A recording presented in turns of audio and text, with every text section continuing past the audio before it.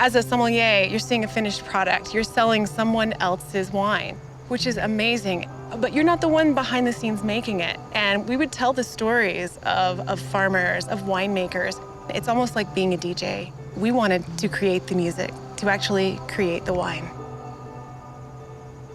Steve and I were both in the restaurant industry for about 20 years. For a sommelier to actually be present on the vineyard or even farm the grapes is extremely rare. This is the North Fork Valley that would normally be considered much too high of elevation to be growing the kind of produce it does.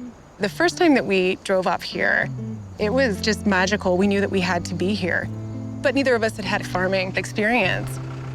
This vineyard is at the fringe of where you can possibly grow grapes. You can't expect Napa Valley consistency. You have to embrace vintage variation here, and the wines are going to taste different each year.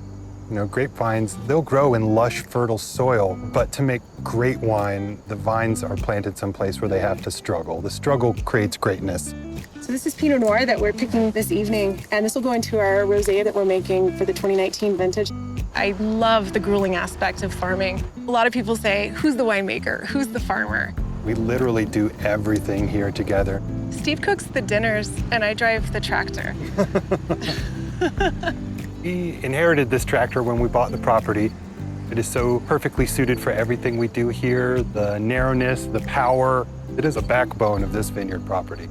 I love this tractor. I know how it turns. I know how it's going to perform in different hill situations. It's so comfortable to me. It's like a routine.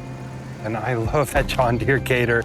Both of these are older models, but they have been tried and true for us, both workhorses. We wouldn't be able to harvest without the Gator.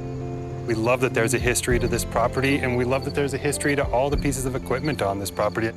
The connection to the land, you know, taking care, nurturing these vines, it is truly a heartwarming endeavor. The bottling is really just the capturing of all this work that you've done.